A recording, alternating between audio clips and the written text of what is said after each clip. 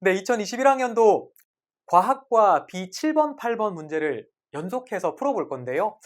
참고로 이 2021학년도 문제는 별로 좋은 문제는 아닙니다. 자, 왜냐하면 과학과 실전 문제에서는 초등학교 과학 교과에 대한 구체적인 수업 장면을 연출하거든요. 자, 그게 교사들의 대화일 수도 있고요. 또는 교사 학생 간의 대화나 학생들끼리의 대화 내용으로 연출될 수도 있습니다. 또는 문제 지문에서 구체적인 탐구 활동을 제시할 수도 있죠. 자, 그런데 이 2021학년도 과학과 문제 지문에서는요, 초등학교 과학 수업의 수준을 명백하게 넘어서는 그러한 교수학습 장면이 일부 연출되었기 때문에 좋은 문제라고 평가할 수가 없고요. 아마도 그러한 교수학습 장면을 연출한 출제위원은 2015 개정 초등학교 과학과 교육과정에 대한 이해도가 완벽하게 되지 않은 조금 떨어지는 그러한 교수님이다라고 죄송하지만 판단할 수밖에 없습니다. 자, 그 문제가 무슨 문제인지 알려드리면요. B7번 문제 중에서는 지문가에 해당하는 반괄호 1번으로 출제된 물질 영역의 문제가 별로 안 좋은 문제이고요. 그리고 B8번 문제에서는 천구의 적도를 구하는 그 반괄호 2번 문제는 출제하지 말았어야 할 아주 나쁜 기출 사례라고 볼 수 있습니다. 그 두 문제가 점수로 따지자면 과학과 9점 만점 중에서 대략 4점 정도인데요. 이 4점 정도가 엉뚱하게 출제되었다라고 보고 있습니다. 자, 그 4점에 해당하는 문제들이 전통적인 과학과 실전 문제와 또는 그 출제 유형이나 출제 근거를 타당하게 유지하지 못했고요. 그리고 무엇보다 초등학교 과학과 교육과정에 어긋나는 내용들이 마치 그 실제적인 초등학교 과학 수업 장면인 것처럼 연출되어 있었기 때문에 논란이 될 만한 문제이고 별로 질적으로도 좋지 않은 문제이기 때문에 이 2021학년도 문제가 전체적인 초등임용고시 과학과를 대표할 수도 없고 여러분이 이 2021학년도 과학과 기출문제를 기준 삼아서 과학과 공부를 하시지는 않아도 된다라는 말씀을 먼저 해드립니다. 하지만 출제위원이나 실전 문제의 그 질적 수준이 좋든 나쁘든 상관없이 우리는 최대한 문제를 받아보고 정답안을 써내고 득점을 해야 하는 입장이니까 우리는 여기 기출분석 강의에서 최대한 차분하게 지문 분석을 해가면서 정답안을 찾아가는 연습을 해보도록 하겠습니다. 먼저 B7번 문제를 풀어보도록 할게요. 가는 물의 세 가지 상태를 알아볼까요? 수업에 대해 나는 강이나 연못에 사는 식물 수업에 대해 예비교사와 지도교사가 나눈 대화 일부이다. 물음에 답하시오라는 문제인데요. 한 문제 안에서 두 개의 영역을 다루고 있습니다. 그러니까 지문 가는 4학년 2학기 2단원 물의 상태 변화라고 하는 물질 영역의 강론 단원이고요. 그리고 지문 나는 4학년 2학기 1단원 식물의 생활이라고 하는 생명 영역의 강론 단원이 되겠습니다. 자, 먼저 반괄호 1번 문제를 확인해 보도록 할게요. 반괄호 1번. 가의 기억과 나의 디귿에서 공통으로 사용된 과학과 수업 전략을 쓰고 가의 니은에서 둘 사이의 차이점인 비공유 속성을 쓰시오라는 문제인데요. 2021학년도 그때 당시에 실제 고사장에서 이 문제를 받아보고 읽으셨던 분들은 아마도 긴장하셨을 것 같아요. 자, 왜냐하면 여기 보면 과학 수업 전략이라고 있죠. 과학 수업 전략? 이거 지도서 총론에 나오는 건가? 이런 내용이 있었나? 내가 공부 안 했나?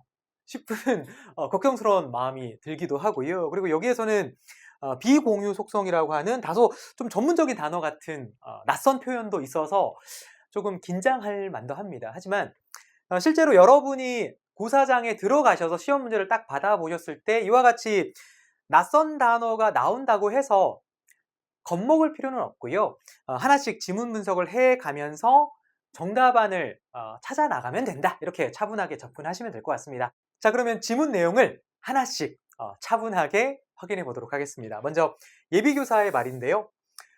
선생님, 물의 세 가지 상태를 학생들이 이해하기 쉽도록 학교 상황에서 학생들의 움직임을 활용하려고 합니다. 라고 이야기를 하고 있습니다. 다시 말하면 물의 세 가지 상태를 학교 상황에 학생들의 움직임을 활용해서 설명한다라는 거죠. 자, 그러면 물의 세 가지 상태에는 고체, 액체, 기체가 있으니까 이 고체, 액체, 기체 상태를 각각 구체적인 학교 상황에서의 학생들의 움직임으로 설명을 하겠죠. 자, 이와 같이 파란색을 활용해서 학생들이 노란색을 이해하도록 하는 게 어떤 과학 수업 전략이냐라고 하는 게 반괄호 1- 동그라미 1번 문제이고요. 그리고 이렇게 파란색을 활용해서 노란색을 이해하도록 하는 전제가 무엇인지 확인해 보면요. 여기 나와 있어요. 그러니까 이때부터인데요. 자, 이때 학생과 물분자 사이의 모양, 크기 등과 같은 특징의 차이를 무시하고 각각의 학생과 물분자가 1대1로 대응한다고 전제하더라도 라고 이야기를 하고 있습니다. 여기에서 키 익스프레션은 1대1 대응이 되겠죠. 자, 그리고 나서 이어지는 내용은 1대1 대응한다고 전제하더라도 학생과 물분자는 다르잖아요 라고 예비교사가 이야기를 했습니다. 자, 그러니까 지도교사가 이렇게 대답을 하죠. 그렇죠. 학교 상황을 이용할 경우 각 상태에서의 분자별과 운동을 잘 설명할 수 있습니다. 자, 그런데 학교 상황에서의 학생들의 움직임으로 물의 세 가지 상태를 설명할 때에는 둘 사이의 차이점, 즉 비공유 속성에 유의해야 합니다라고 이야기를 하고 있습니다. 자, 지문 내용을 잠깐 살펴봤는데요.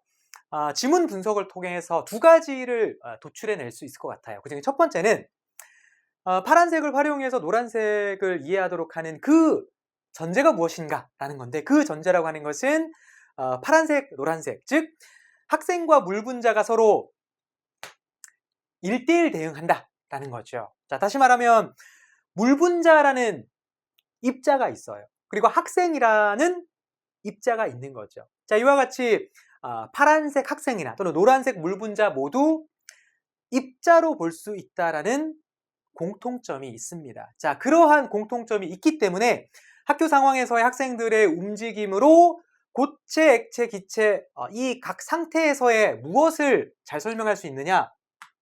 분자 배열과 운동을 잘 설명할 수가 있는 거죠. 따라서 여기까지 지문 분석한 내용 첫 번째는 파란색을 활용해서 노란색을 이해하도록 하는 그 전제가 학생과 물분자가 서로 1대1 대응한다라는 거고, 그 말은 파란색 학생이나 노란색 물분자는 모두 입자로 볼 수 있다라는 공통점이 있는 거죠. 자, 그리고 지문 분석을 통해서 도출할 수 있는 내용 두 번째는 뭐냐고 하면요. 공통점이 있으면 차이점도 있겠죠. 자, 방금 전에 학생과 물분자 사이의 공통점을 바탕으로 고체, 액체, 기체 각 상태에서의 분자 배열과 운동을 잘 설명할 수가 있었습니다. 하지만 차이점도 있겠죠. 그 차이점이 있기 때문에 여기 지문에서는 그런데라는 힌트를 심어 놓았습니다. 자, 그런데 그 차이점을 고려해서 이 물의 세 가지 상태를 지도할 때 그 차이점, 그러니까 비공유 속성에 유의해야 한다라는 그런 내용이죠. 따라서 여기까지 지문 분석을 해본 결과 첫 번째는 학생과 물분자 사이의 공통점, 둘 다 입자로 볼 수 있다라는 거고요. 그러기 위해서 1대1 대응한다고 전제를 했었죠.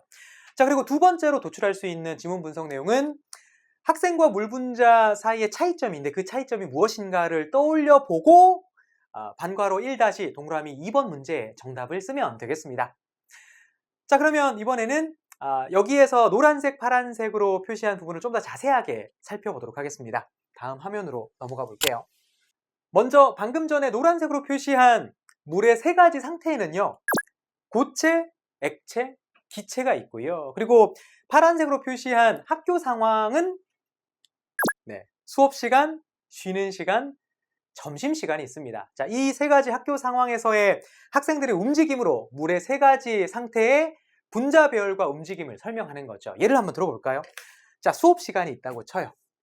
자, 학교 상황의 수업 시간. 이 수업 시간에 책상에 앉아 있는 학생들을 생각해 보면요. 학생들은 제자리에 앉아서 마음대로 움직일 수는 없죠. 마음대로 돌아다닐 수가 없습니다. 하지만 예를 들어서 학생이 손을 들고 질문을 하거나 아니면 옆을 보거나 뒤를 돌아보는 것처럼 조금씩 움직일 수는 있죠. 자, 이러한 학생들의 배열과 움직임은 고체도 마찬가지입니다. 그러니까 고체는 물질을 이루는 분자들이 매우 강한 힘으로 연결되어 있죠. 그렇기 때문에 고체는 규칙적인 배열을 하고 있는 거고요. 자, 이 때문에 고체가 일정한 모양을 가지는 거죠. 자, 그리고 고체를 이루는 분자들이 일정한 부피 안에서 진동 운동만 할 수 있으니까, 자, 이러한 고체 상태의 분자 배열과 운동은 밑에 있는 수업 시간에 책상에 앉아 있는 학생들의 그 배열과 운동과 비슷한 거죠.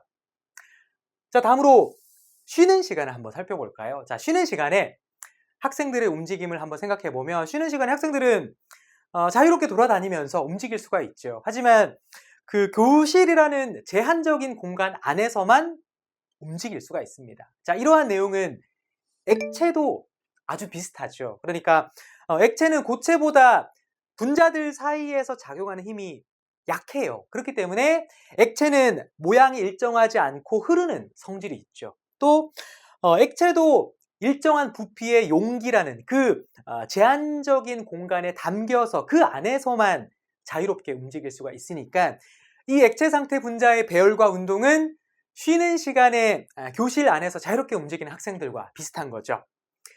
자, 다음으로 점심시간으로 가볼까요? 자, 점심시간에 학생들은 운동장으로 나가서 자유롭게 뛰어다닐 수가 있습니다. 그리고 기체도 비슷하죠. 기체는 고체나 액체보다 그 분자들 사이에서 끌어당기는 힘이 매우 약하고요. 그리고 또 분자가 많은 에너지를 가지고 활발하게 운동하기 때문에 이 분자 사이의 거리가 멀죠. 그렇기 때문에 기체 분자가 넓은 공간에서 매우 활발하게 움직일 수가 있습니다. 따라서 기체 상태 분자는 점심시간에 자유롭게 운동장으로 나가는 학생들과 그 움직임이나 운동이 비슷한 거죠.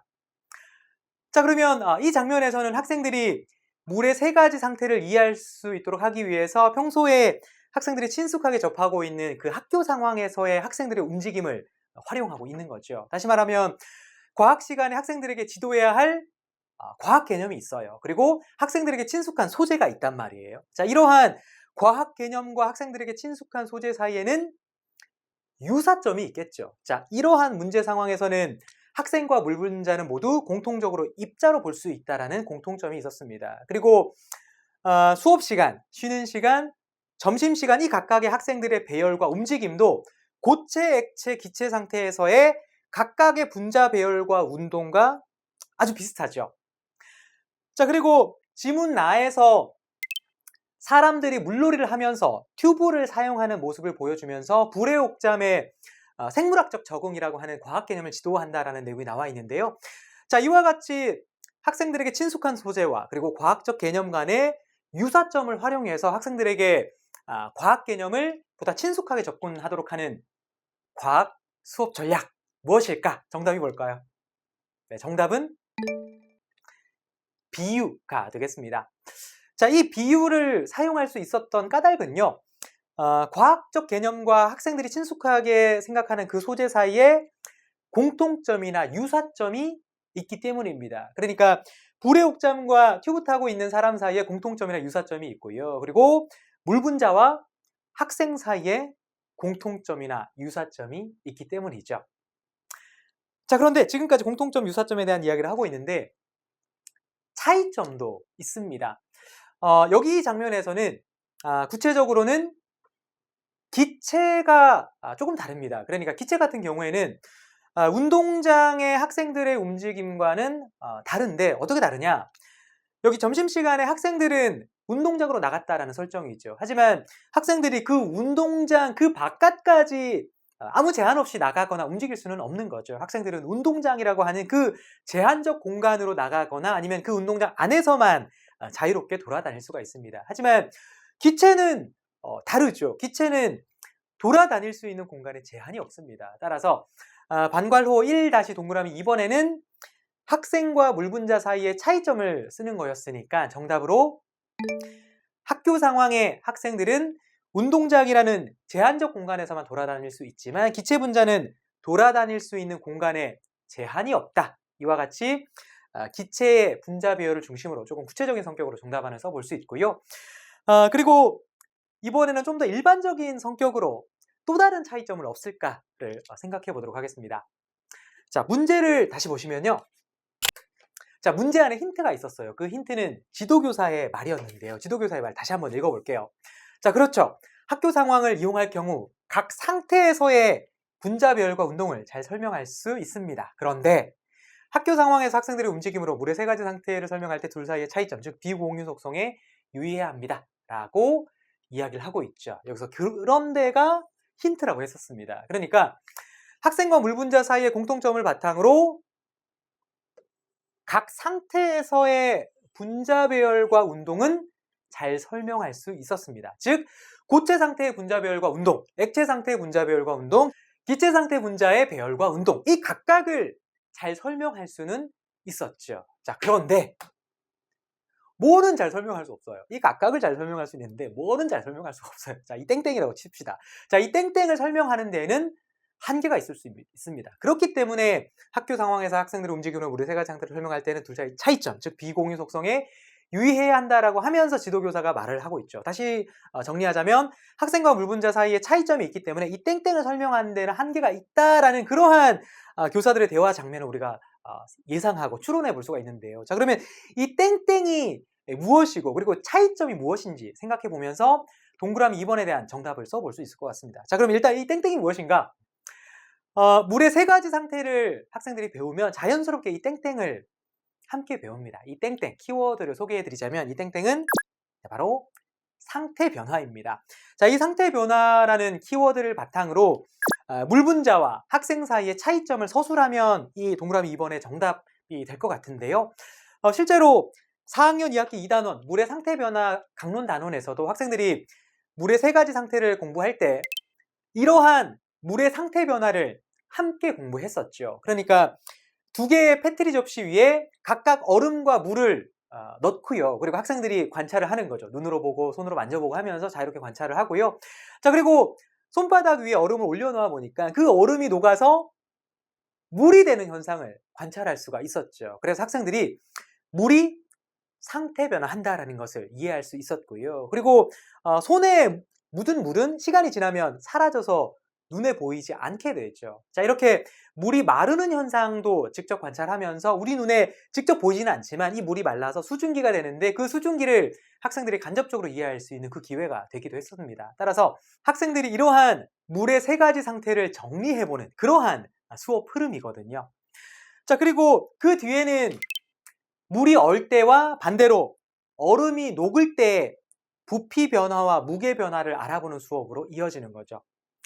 자, 이처럼 물의 세 가지 상태와 물의 상태 변화라고 하는 것은 뗄래야 뗄 수 없는 관계입니다. 자, 그러면 물은 어떻게 해야 상태 변화를 하죠? 물을 어떻게 해야 수증기가 되고 어떻게 해야 얼음이 되는 거죠? 물을 가열하면 수증기가 되죠. 그리고 물을 냉각시키면 얼음이 됩니다. 엄밀히 말하자면 물은 온도와 압력에 따라서 세 가지 상태로 존재하는 거죠. 이때 일기압 상태에서 물을 가열하면 100도씨에서 끓습니다. 그리고 일기압 상태에서 물을 냉각하면 0도씨에서 얼죠.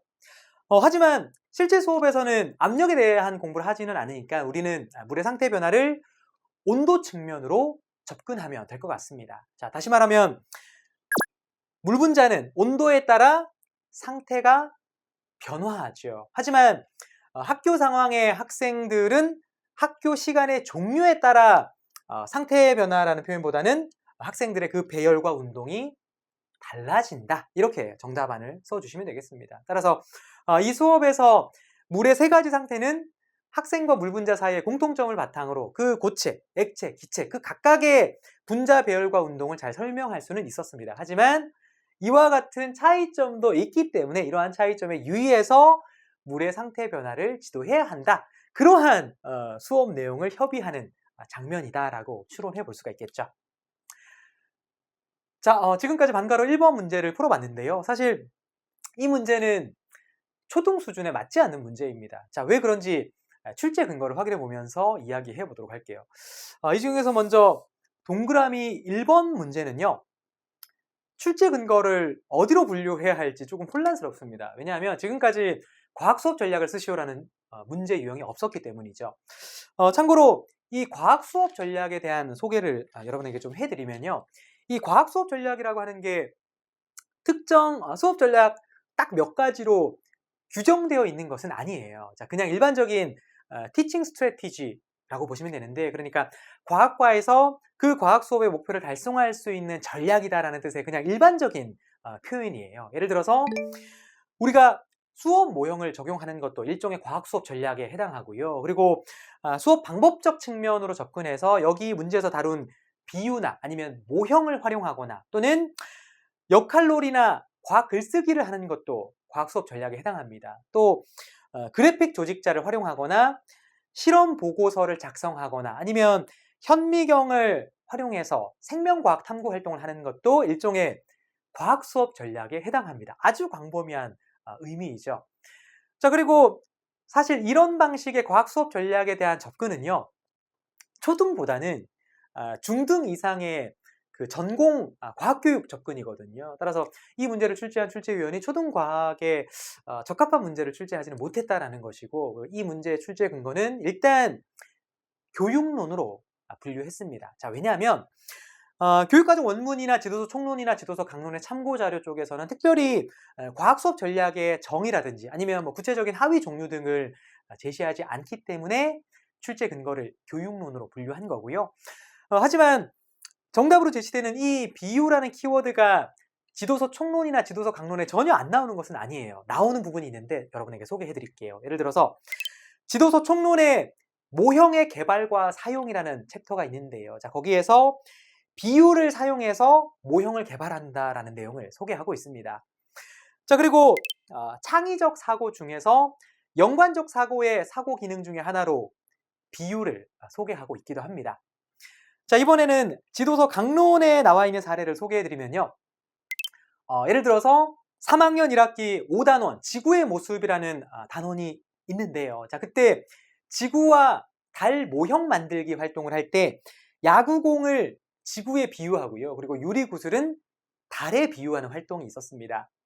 자, 그리고 또 4학년 1학기 2단원 지층과 화석 단원에 보면 화석 모형 만들기 활동을 하거든요. 자, 그때 여기에서 왼손에 들려있는 조개 형태의 알지네이트와 그리고 오른손에 들려있는 조개 겉모양이 찍혀있는 찰흙 반대기가 모두 화석에 비유되는 거다라고 제가 한큐스의 강론 강의에서 소개해드렸었죠. 자, 그리고 추가적인 예를 더 소개해드리자면 4학년 2학기 4단원 화산과 지진이라는 단원인데요. 이때 화산 분출 모형 실험을 했거든요. 자, 이때 연기, 흐르는 마시멜로, 굳은 마시멜로는 각각 실제 화산에서 화산가스, 용암, 화산 암석 조각에 비유된다라고 제가 강론 강의에서 소개해드리기도 했죠. 자, 이와 같이 지도서 강론이나 지도서 총론에서도 비유라는 키워드가 여러 번 언급되기도 합니다. 특히 이 비유는 모형이라는 키워드와 아주 밀접한 관련을 맺고 있습니다. 자, 그러니까 방금 전에 소개해드린 그러한 강론 사례들도 거의 과학 시간에 어떠한 모형을 활용할 때 비유라는 것이 사용됐었죠. 사실 과학 교육론에서 보면 이 모형이라고 하는 게 비유를 포함하는 개념이에요. 그러니까 모형이라고 하는 것은 비유를 포함하면서 이 비유보다 좀 더 포괄적인 개념이거든요. 따라서 비유는 일종의 모형이 될 수 있고요. 그리고 모형의 하위 유형 중에는 직접 실물 모델을 만들지 않고 예를 들어서 그냥 묘사를 사용하는 언어적 모형도 있거든요. 따라서 이 문제의 정답이 1차적으로는 비유이지만 아마도 모형이라고 써도 정답 처리될 가능성이 있다라고 볼 수 있습니다. 제가 이 문제가 초등 수준에 적합하지 않다라고 말씀드렸는데, 자, 만약에 초등 수준에 적합했다면 해당 지도서 강론의 교사용 지도서의 참고자료 쪽에서 아마도 비유라는 키워드를 소개했겠죠. 자, 다음으로 동그라미 2번 문제인데요. 자, 이 동그라미 2번 문제도 초등 수준에 적합하지 않고요. 출제 근거는 수능형으로 분류했습니다. 참고로 여러분이 그 포털 사이트에서 상태 변화와 분자 운동이라고 쳐서 검색을 해보시면요. 물의 세 가지 상태에서 분자들의 운동과 배열을 이와 같은 그 학교 상황에서의 학생들의 움직임으로 소개하고 있거든요. 자, 이러한 내용이 어디에 나오는 내용이냐고 하면 바로 중등 과학 교과서 내용입니다. 따라서 이 동그라미 2번 문제 또한 입자적 관점을 채택해서 그 상태 변화와 분자 운동에 대한 설명을 하고 있는데, 이러한 내용은 명백한 중등 과학 내용인데 마치 초등 과학 수업 장면인 것처럼 연출하고 있죠. 그렇기 때문에 초등 관점에서 보면 좀 수준이 떨어지는 문제이다 라고 보시면 되겠습니다. 자, 다음으로 반괄호 2번 문제로 넘어가 보도록 할게요. 반괄호 2번.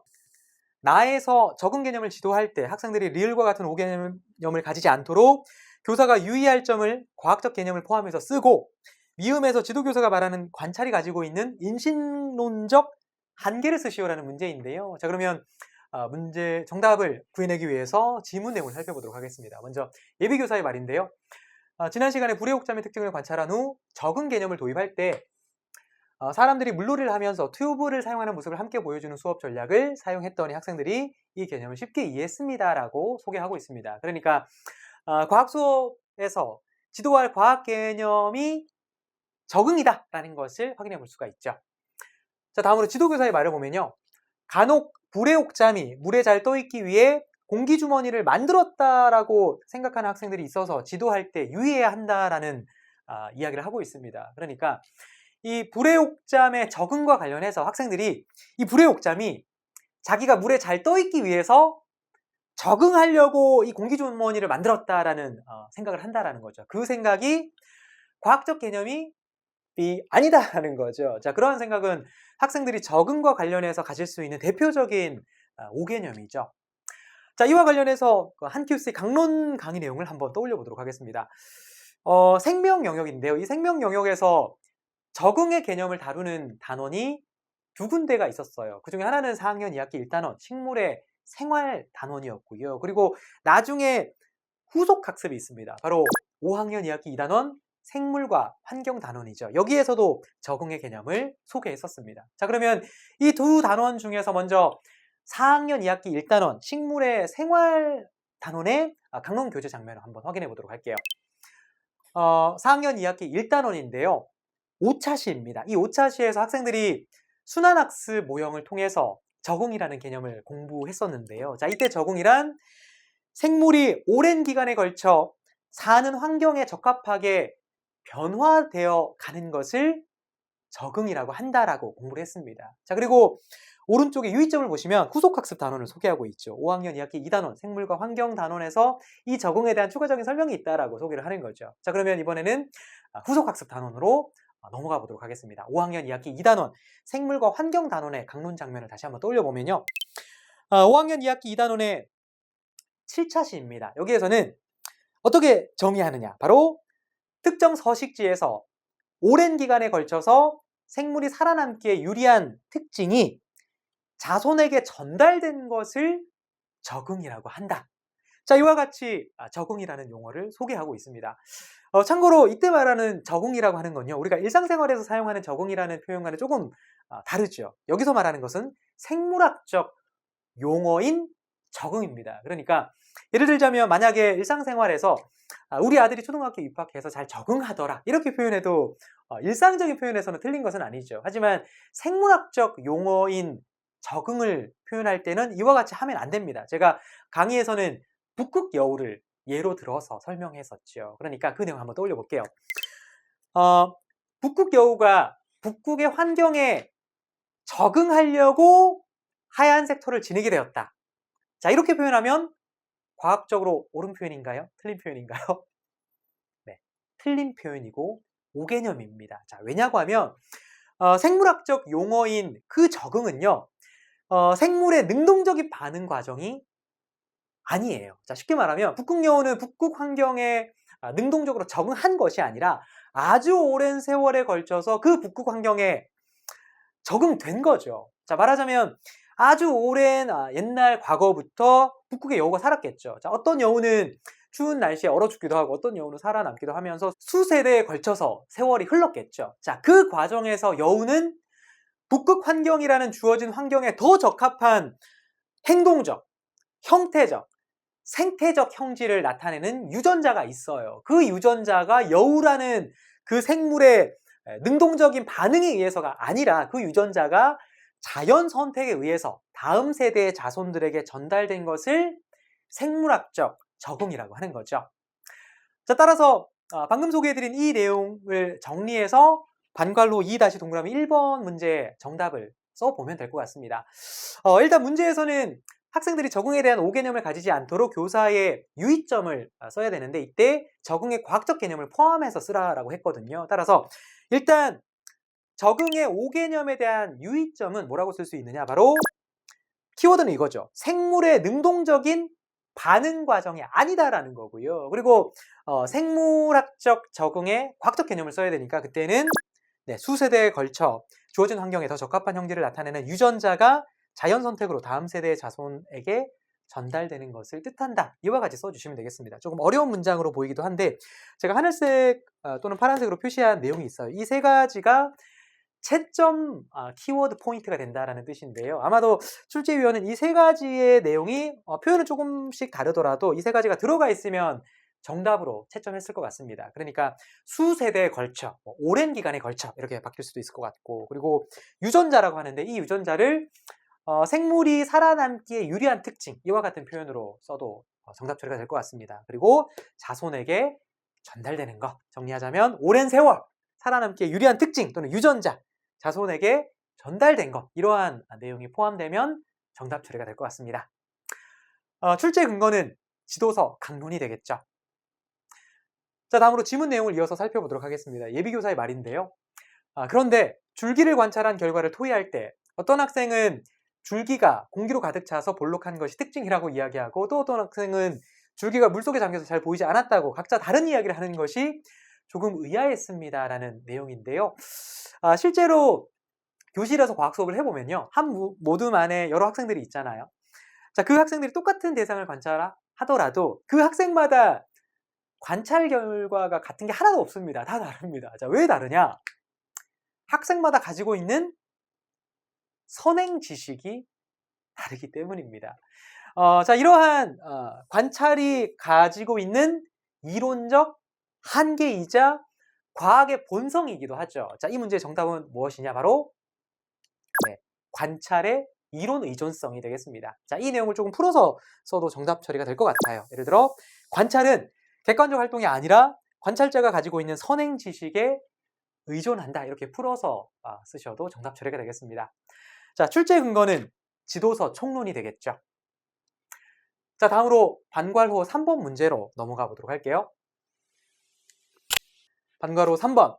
나의 비읍에 들어갈 용어를 쓰시오라는 문제인데요. 자, 그러면 지문 내용을 살펴보도록 할게요. 지도교사가 다음 시간에는 침수식물을 다룬다고 하셨죠? 라고 하니까 예비교사가 대답을 합니다. 네.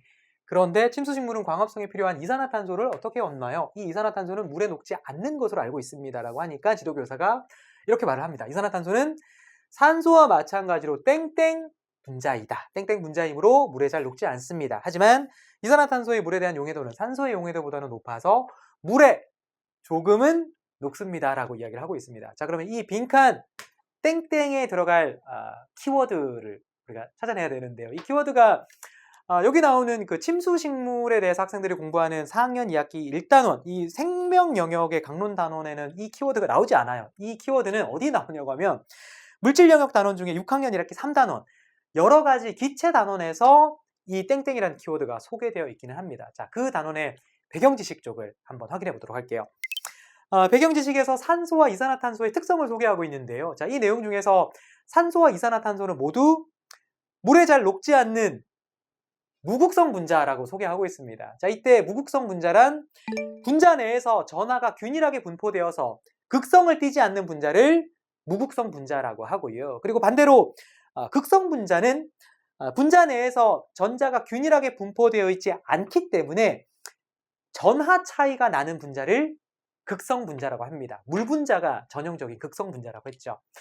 참고로 극성 분자는 극성 용매에 용해가 잘 되고요. 그리고 무극성 분자는 무극성 용매에 용해가 잘 되거든요. 따라서 산소와 이산화탄소는 무극성인데 물은 극성이니까 이 산소와 이산화탄소는 물에 잘 녹지 않는 거죠. 하지만 산소, 이산화탄소가 있다면 이 산소, 이산화탄소가 이 각각 물에 대한 용해도에는 차이가 있기 때문에 산소, 이산화탄소 중에서 이산화탄소가 산소보다는 어느 정도 조금 약간은 물에 더 녹는 편이다 라고 소개해드렸었죠. 자, 따라서 이 땡땡이라는 키워드 정답은 무극성이 되겠습니다. 이 문제의 출제 근거는 지도서, 강론이 되겠습니다. 자, 이렇게 B7번 문제를 풀어봤고요. 다음으로 B8번 문제로 넘어가 보도록 할게요. B8번.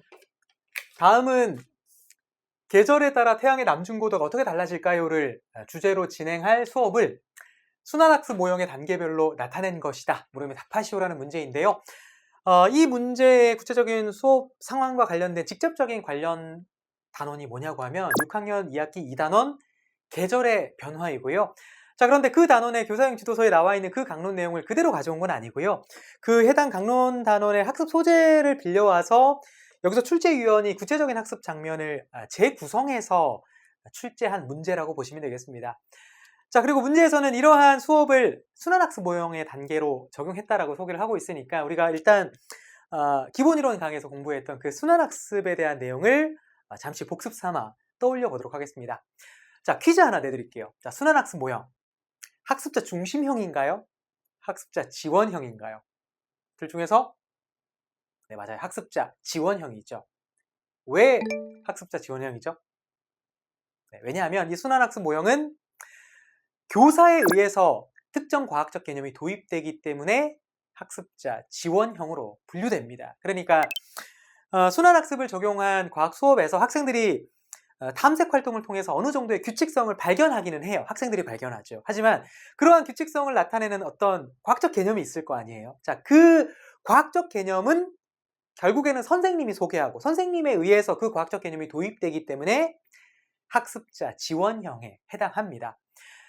자, 이 중에서 1단계, 그러니까 탐색 단계에서는 학생들이 말 그대로 탐색 활동을 통해서 과학적 개념과 관련된 규칙성을 발견한다라는 것이 1단계의 가장 큰 특징이고요. 자, 그리고 2단계를 보시면 2단계는 개념 도입 단계이죠. 여기서는 학생들이 발견한 규칙성이 있을 텐데 그 규칙성을 설명할 수 있는 과학적 개념이 있죠. 그 과학적 개념을 교사 주도로 도입한다라는 것이 2단계의 가장 큰 특징이 되겠습니다. 자, 그리고 마지막 3단계에서는 방금 전 2단계에서 교사 주도로 도입한 과학적 개념이 있죠. 그 과학적 개념을 학생들이 새로운 상황에서 그 개념을 적용하고 심화하고 확장을 해보는 것이 3단계가 되겠습니다. 1단계, 2단계, 3단계 이러한 흐름으로 순환학습 모형이 진행되죠. 요약하자면 1단계, 학생들의 규칙성을 발견한다. 2단계, 교사 주도로 과학적 용어나 과학적 개념을 도입한다. 그리고 3단계, 학생들이 그 과학적 개념을 적용하고 확장하고 심화한다. 자, 이러한 3단계 중에서 우리는 2단계, 그러니까 개념 도입 단계에 방점을 찍어야 합니다. 그러니까 그 2단계에서 교사 주도로 도입되는 과학적 개념이나 과학적 용어가 무엇인가에 포커스를 두고 학습 흐름을 파악해야 한다라고 제가 기본이론 강의에서 소개해드렸었죠. 자, 그러면 이와 같은 순환학습 모형의 3단계를 적용해서 계절에 따라 태양의 남중고도가 어떻게 달라질까요? 라는 이러한 수업을 하게 된다면 이 수업의 1단계, 2단계, 3단계가 어떻게 되는지 한번 생각해 보도록 하겠습니다. 자, 그러면 포커스는 2단계라고 했으니까 자, 2단계, 그러니까 이러한 주제를 바탕으로 2단계 개념 도입 단계에서는 계절별 태양의 남중고도에 따른 어떠한 과학적 개념을 교사 주도로 도입하겠죠. 자, 그리고 그 전에 1단계 탐색 단계가 있습니다. 여기 1단계에서는 2단계에서 교사 주도로 도입하게 된 그 과학적 개념과 관련해서 여기서는 학생들이 탐색 활동을 통해서 규칙성을 발견하겠죠. 자, 그 규칙성이 여기 지문에서는 변화 경향성이라고 표현을 하고 있습니다. 자, 이러한 스키마를 가지고 자, 1단계 탐색 단계의 지문 내용을 읽어보도록 할게요. 교사는 한국천문연구원 자료를 검색하여 우리나라 ABC 3개 지역의 월별 태양의 남중고도 자료를 학생들에게 제공한다. 학생들은 제공된 자료를 그래프로 나타낸 후 월별 태양의 남중고도 변화 경향성을 파악하여 인과적 의문을 생성한다. 그리고 그 의문에 대한 잠정적 답을 만들고 잠정적 답이 우리나라 다른 지역 또는 우리나라와 비슷한 위도에 위치한 다른 나라의 태양의 남중고도 변화 경향성을 설명할 수 있는지 토의한다. 다음 그래프는 ABC 3개 지역의 월별 태양의 남중고도 변화를 나타낸 것이다 라고 내용을 소개하고 있습니다. 자, 먼저 방금 1번 문제를 확인해 보면요. 자, 이 수업에서 교사가 의도한 잠정적인 답 기억을 쓰시오라는 문제가 방금 1번 문제가 되겠습니다. 자, 그러면 우리는 이렇게 접근을 해야 되겠죠. 학생들이 이러한 자료를 바탕으로 탐색 활동을 하고요. 그리고 그 탐색 활동에서 발견한 규칙성, 여기서는 변화 경향성이라고 표현하고 있죠. 이 변화 경향성을 다음 단계인 2단계, 그러니까 개념 도입 단계에 가면 교사 주도로 과학적 개념을 도입하겠죠. 그 과학적 개념은 여기 1단계의 잠정적인 답에 대한 일종의 2단계의 확정적인 답이 있을 거 아니에요. 따라서 우리는 그 2단계 포커스를 맞추어서 그 2단계에서 교사 주도로 도입되는 과학적 개념, 다시 말하면 확정적인 답을 알면 여기 반가로 1번에서 요구하는 학생들의 인과적 의문에 대해서 교사가 의도한 잠정적인 답, 그러니까 정답을 써낼 수 있을 것 같습니다. 자, 따라서 이러한 인과적 의문과 그리고 교사가 의도한 잠정적인 답과 또 다음 단계에서 교사 주도로 도입될 과학적 개념을 생각하시면서 바로 이어서 2단계 내용을 살펴보도록 할게요. 자, 2단계인데요. 내용을 확인해 보면 학생들은 자신의 언어로 계절별 태양의 남중고도가 어떻게 달라지는지에 대해 발표한다. 교사는 계절별 태양의 남중고도 및 계절에 따른 기온과 낮의 길이 변화 등과 같은 과학적 개념을 도입하고 그림을 활용하여 관련 개념을 설명한다라고 되어 있습니다. 자, 여기서 교사 주도로 도입하는 과학적 개념이라고 하는 것은 무엇이냐? 바로 계절별 태양의 남중고도 그리고 계절에 따른 기온, 낮의 길이 변화가 되겠습니다. 이러한 네모 박스로 표시한 세 가지 내용은요, 서로 인과적인 관계가 있습니다. 그러니까 계절별 태양의 남중고도는 낮의 길이 변화에 영향을 주죠. 자, 그러니까 태양의 남중고도가 높으면 낮의 길이가 어떻게 되죠? 태양의 남중고도가 높으면 낮의 길이가 길고요. 반대로 태양의 남중고도가 낮으면 낮의 길이도 짧습니다. 자, 이와 같은 내용은 6학년 2학기 2단원의 4차 시에서 다루는 내용이 되겠습니다. 기억나시나요? 자, 그러면 이 4차 시에서 학생들이 이와 관련된 공부를 하는데 복습을 잠깐 해보면요. 자, 먼저 계절별 태양의 남중고도는 낮의 길이에 영향을 준다라고 제가 말씀드렸는데 여러분, 일단 태양의 남중고도는 계절에 따라 달라지나요? 네, 달라지죠. 왜냐하면 이와 같이 계절에 따라서 태양의 위치가 바뀌기 때문입니다. 그렇기 때문에 태양의 남중고도도 계절에 따라 달라지는 거죠. 따라서 일단은 태양의 남중고도가 계절에 따라서 달라진다는 것을 확인할 수 있고요. 자, 이 다음으로 학생들이 계절에 따라 달라지는 태양의 남중고도 그래프와 그리고 낮의 길이 변화 그래프를 서로 비교해보죠. 비교해보면서 태양의 남중고도와 낮의 길이와의 관계를 알아보는 겁니다. 자, 그래프를 보시면 자, 일단 태양의 남중고도와 낮의 길이는 날마다 조금씩 달라진다는 것을 먼저 확인해 볼 수 있고요. 참고로 태양의 남중고도가 가장 높고 낮의 길이가 가장 긴 날은 절기상 하지이고요. 대략 날짜를 보면 여기에서는 6월 21일 무렵이고요. 자, 그리고 태양의 남중고도가 가장 낮고 낮의 길이가 가장 짧은 날은 동지이죠. 여기서는 12월 22일 무렵이 되겠습니다. 자, 그리고 계절별 태양의 남중고도와 낮의 길이를 살펴보면 여름에는 태양의 남중고도가 가장 높고 동시에 낮의 길이도 가장 깁니다. 반대로 겨울에는 태양의 남중고도가 가장 낮고 낮의 길이도 가장 짧죠. 자, 그리고 봄과 가을에는 태양의 남중고도와 낮의 길이가 여름과 겨울의 중간 정도가 되죠.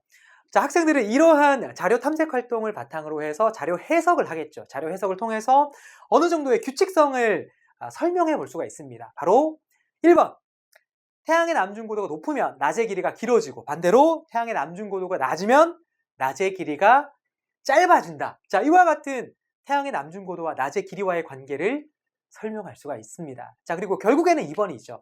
자, 이러한 태양의 남중고도와 낮의 길이는 계절별 기온에 영향을 준다라고 하면서 다음 차시로 넘어갑니다. 5차시로 넘어오게 되는데요. 자, 5차시에서는 계절별 태양의 남중고도가 계절에 따른 기온에 영향을 주는 내용을 공부합니다. 자, 이 내용은 5차시 내용이 되겠습니다. 자, 5차시 내용도 기억을 한번 떠올려 보세요. 여기 5차시에서는 계절에 따라서 왜 기온이 달라지는지를 알아봤었죠. 자, 결론이 뭐냐고 하면요. 계절에 따라서 태양의 남중고도가 달라지기 때문에 계절별 기온이 달라지는 거고요. 태양의 남중고도가 달라지면 일정한 면적에 도달하는 태양 에너지의 양이 달라지죠. 그렇기 때문에 계절별 기온이 다른 겁니다. 자, 결론은 이와 같이 어렵지 않은데요. 자, 그러면 이러한 결론에 도달하기 위해서 우리 학생들은 어떤 활동들을 했었는지 떠올려 보겠습니다. 바로 전등과 모래가 이루는 각도를 달리해서 모래의 온도를 측정하는 활동을 했었죠. 자, 이를 바탕으로 각도가 다르면 일정 면적에 도달하는 에너지의 양이 다르기 때문에 모래의 온도가 달라진다라는 것을 학생들이 파악하게 되고요. 자, 이러한 실험 결과를 실제 계절에 따른 기온의 변화와 연결짓는 그러한 수업 흐름인 거죠. 자, 따라서 다시 정리를 해보면요. 여기 순환학습 모형의 2단계에서 학생들이 자신이 발견한 규칙성을 설명하고 발표하는 내용과 그리고 그 내용을 바탕으로 교사 주도로 도입하는 과학적 개념이 있겠죠. 자, 이러한 과학적 개념은 바로 계절별 태양의 남중고도에 따른 낮의 길이 변화이고요. 그리고 계절별 태양의 남중고도에 따른 계절에 따른 기온 변화입니다. 자, 이게 반가로 1번 문제에 대한 일종의 확정적인 답인 거죠. 자, 이 내용을 좀 더 구체적인 내용으로 포함시켜서 인과관계를 넣어서 써주시면 반가로 1번에서 요구하는 교사가 의도한 잠정적인 답이 될 수 있겠습니다. 자, 다시 문제를 한번 볼게요. 반가로 1번, 이 수업에서 교사가 의도한 잠정적인 답을 쓰시오라는 문제이죠. 자, 잠정적인 답이니까 당연히 완벽한 과학적 개념이 아니어도 되고요. 자, 이와 같이 태양의 남중고도와 낮의 길이와 기온 사이의 인과관계를 구체적으로 서술하거나 아니면 조금 포괄적으로 서술한 문장이면 대부분 정답 처리가 될 것 같습니다. 이 문제는 순환학습 모형의 1단계 내용 중에서 보기 기억으로 밑줄 친 내용에 대해서 구체적인 강론 내용을 정답으로 요구하고 있기 때문에 이 반가로 1번 문제의 출제 근거는 지도서 강론으로 분류했습니다. 자, 다음으로 바로 이어서 반가로 3번 문제부터 풀어보도록 할게요. 자, 문제를 읽어보면요. 자, 이 수업의 3단계 개념 적용에 적합한 교수학습 활동을 구체적인 상황을 포함하여 제시하시오라는 문제인데요. 비교적 쉽게 정답을 쓸 수 있을 것 같습니다. 왜냐하면 일단 앞서 우리가 순환학습 모형에 대한 개관을 해봤었잖아요. 자, 그때 3단계 개념 적용 단계에서는요. 전 단계인 2단계에서 발견한 과학적 개념이 있겠죠. 그 과학적 개념을 3단계에서는 학생들이 새로운 상황에서 그 개념을 적용하고 심화하고 확장해보는 그러한 성격의 교수학습 활동을 하게 됐죠. 자, 그러한 성격에다가 문제에서는 구체적인 상황을 포함하라고 하는데, 자, 그런데 1단계 지문 내용에 보면 3단계에 대한 결정적인 힌트를 제시하고 있습니다. 그 힌트만 찾으면 정답을 바로 쓸 수 있을 것 같아요. 그 힌트가 뭐냐고 하면 1단계에서 어떤 활동을 하냐고 하면요. 자, 그 잠정적인 답이 우리나라 다른 지역 또는 우리나라와 비슷한 위도에 위치한 다른 나라의 태양의 남중고도 변화 경향성을 설명할 수 있는지 1단계에서 토의 활동을 해봤거든요. 자, 상상을 해볼게요. 그리고 나서 2단계로 넘어갔어요. 2단계에서는 교사 주도로 과학적 개념을 도입했죠. 자, 그 과학적 개념을 바탕으로 3단계에서는 1단계에서 이거 시도했었잖아요. 그거를 적용해보는 거죠. 그러니까 3단계에서는 우리나라 다른 지역 또는 우리나라와 비슷한 위도에 위치한 다른 나라의 태양의 남중고도와 기온과 낮의 길이에 대한 그 과학적 개념을 적용해보면 되겠죠. 따라서 이와 같이 우리나라 ABC 3개 지역 외에 다른 지역의 태양의 남중고도와 기온과 낮의 길이를 설명해보거나 또는 우리나라와 비슷한 위도에 위치한 다른 나라의 태양의 남중고도와 기온과 낮의 길이에 대해서 발표해보는 교수학습 활동을 해볼 수가 있겠습니다. 이 문제는 구체적인 강론 내용을 우리에게 요구하기보다는요. 순환학습 모형의 3단계에 적합한 성격으로 교수학습 활동 내용을 쓰면 되고 힌트를 활용해서 정답안을 작성했기 때문에 출제 근거를 지도서 총론으로 분류했습니다. 자, 다음 마지막으로 반괄호 2번 문제로 넘어가 보도록 할게요. 반괄호 2번, 그림에서 A에 해당하는 용어를 쓰고 그래프에 제시된 남중고도 값과 그림을 활용하여 C 지역의 위도 값을 구하시오라는 문제인데요.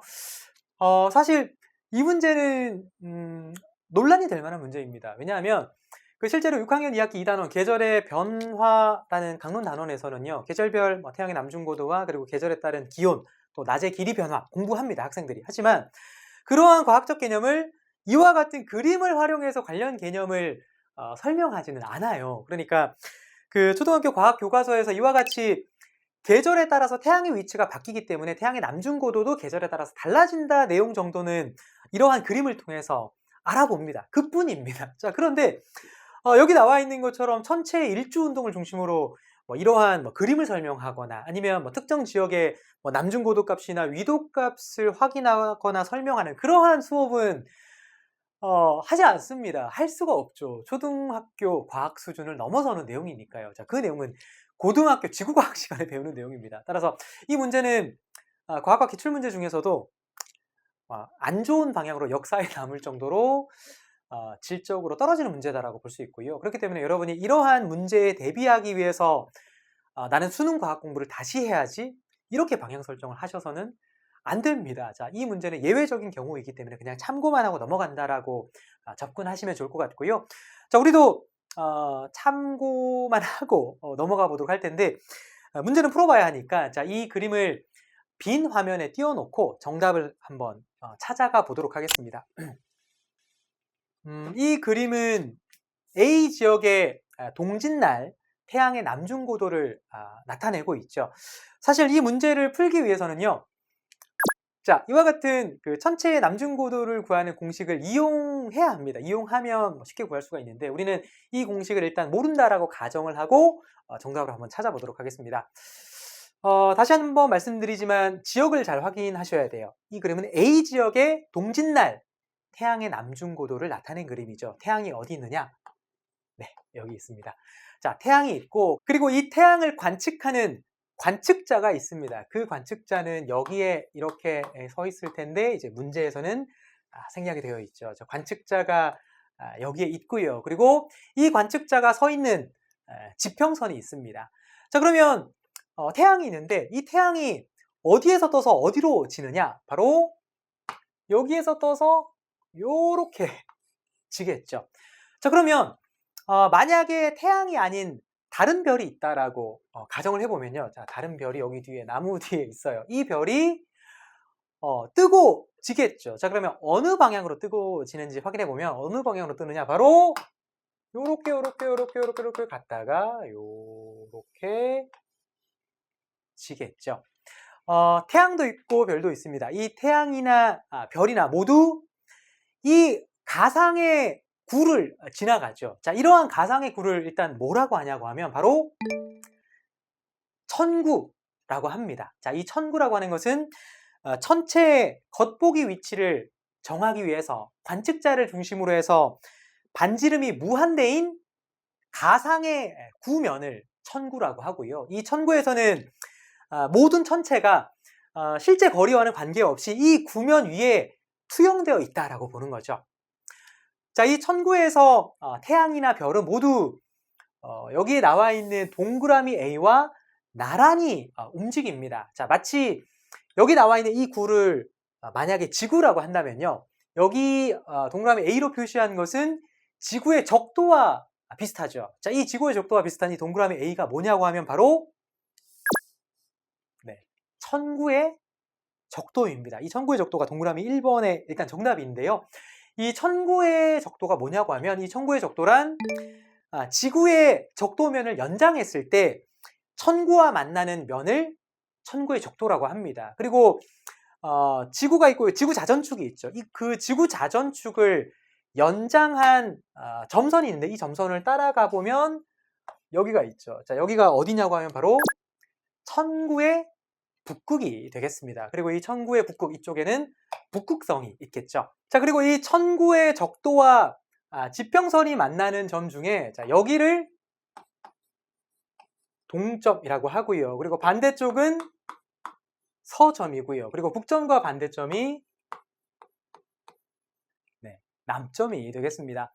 자, 그리고 남점이 있고요. 관측자가 여기 있었죠. 그리고 이 관측자를 중심으로 관측자의 머리 위를 뭐라고 하냐고 하면 천정이라고 합니다. 그리고 이 천정에서부터 이 남점까지를 남쪽 좌우선이라고 하는데요. 자, 그런데 태양이 이 남쪽 좌우선 위에 있죠. 따라서 이 태양은 남중하고 있다라고 표현을 합니다. 자, 그러면 남중하고 있으니까 남중고도를 알아봐야 되겠죠. 남중고도 어디 있냐? 바로 관측자에서부터 태양, 여기가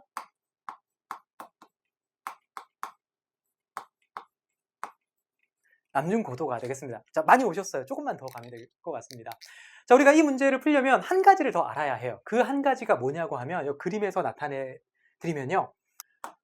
천구의 적도와 태양 또는 별이 될 수도 있겠죠. 이 천구의 적도와 태양이 이루는 각도입니다. 이것을 뭐라고 하냐고 하면 바로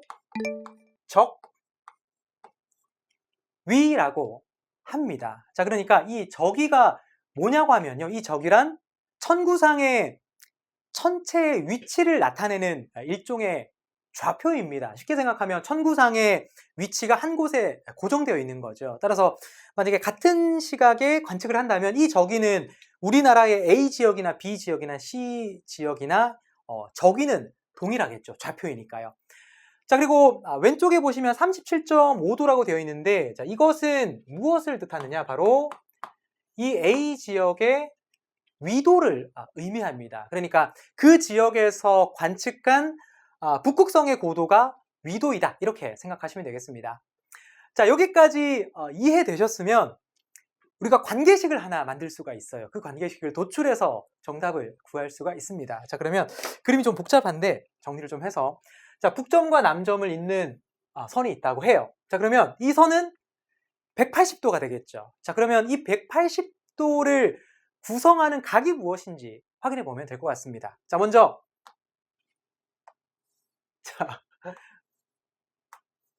위도가 있고요. 그리고 90도가 있습니다. 그리고 이만큼의 적위가 있고요. 이만큼의 남중 고도가 있습니다. 따라서 관계식을 정리해 보면 위도 플러스 90 플러스 적위 플러스 태양의 남중 고도는 180도가 되어야 하는 거죠. 자, 그러면 이 식 중에서 관찰하는 지역에 따라서 변하는 것과 변하지 않은 것을 구분해 볼 필요가 있습니다. 자, 그러면 위도, 관찰하는 지역에 따라서 변하는가요? 다른가요? 관찰 지역에 따라서? 네, 위도는 당연히 해당 지역의 위도이기 때문에 관찰하는 지역에 따라서 다르겠죠. 하지만 적위는 다르지 않습니다. 동일합니다. 왜냐하면 이 적위가 천구상의 천체 위치를 나타내는 일종의 좌표라고 했기 때문에 우리나라 A지역, B지역, C지역, 이 관측자의 지역이 다르더라도 같은 시각에 측정했을 거기 때문에 이 적위는 동일한 거죠. 자, 그리고 태양의 남중고도가 있는데 이 태양의 남중고도도 지역마다 다르겠죠. 자, 그러면 여기 문제에서는 A지역의 동짓날 태양의 남중고도를 소개하고 있기 때문에 우리는 이 관계식을 통해서 무엇을 구할 수가 있느냐? 바로 일단 적위를 구할 수가 있습니다. 그리고 그 적위와 그래프에 나와 있는 C지역의 동짓날의 태양의 남중고도 값을 이 관계식에 넣으면 C지역의 위도값을 구할 수가 있겠죠. 자, 그러면 직접 구해보도록 하겠습니다. 먼저 A지역의 관계식을 채워보면요. 자, A지역입니다. A지역의 위도는 37.5도, 그리고 90 플러스 적위 플러스, 그리고 A지역의 태양의 남중고도는 29도 있죠. 따라서 이 관계식에서 적위를 구해보면 적위가 얼마가 되느냐? 바로 23.5도가 됩니다. 이 23.5도는 A지역이나 C지역이나 동일하니까 이번에는 C지역의 관계식을 채워보면 C지역의 위도값을 구할 수가 있습니다. 그러니까 C지역의 위도 플러스 90 플러스 23.5 플러스, 그리고 C지역의 태양의 남중고도가 33이죠. 더해서 180이 되어야 합니다. 자, 여기에서 C지역의 위도값을 구해보면 33.5도가 정답이 되겠습니다. 참고로 이와 같은 관계식을 도출한 것이 바로 제가 앞서 말씀드렸던 이 공식입니다. 자, 이 중에서 H는 천체의 남중고도를 뜻하고요. 그리고 파이는 위도를 뜻하고, 그리고 델타는 적위를 뜻합니다. 따라서 천체의 남중고도 H는 90 빼기 파이 플러스 델타라는 공식이 있고요. 그 공식을 이용해서 이 문제를 풀어낼 수도 있겠죠. 완전히 수능 지구과학 문제입니다. 자, 이렇게 2021학년도 기출문제를 모두 풀어봤고요. 다음으로 출제 근거 팩트 체크를 해보도록 하겠습니다. 2021학년도에 지도서 총론에서는 과학의 본성 중에서 관찰의 이론 의존성이 출제됐고요. 그리고 수업 모형 중에서는 순환학습 모형의 3단계 교수학습 활동을 쓰는 문제가 출제되었습니다. 자, 그리고 지도서 강론에서는 생물학적 적응에 대한 과학적 개념과 관련된 문제가 나왔고요. 그리고 계절에 따른 태양의 남중고도 변화와 관련된 문제가 나왔습니다. 자, 그리고 무극성은 이 단어가 지도서 강론 배경 지식에 등장하고요. 마지막으로 기타로 분류한 물의 세 가지 상태를 입자적 관점으로 접근한 문제와 그리고 천구의 적도 문제는 실전 문제로 출제되지 말았어야 하는 아주 예외적인 경우라고 보시면 되겠습니다.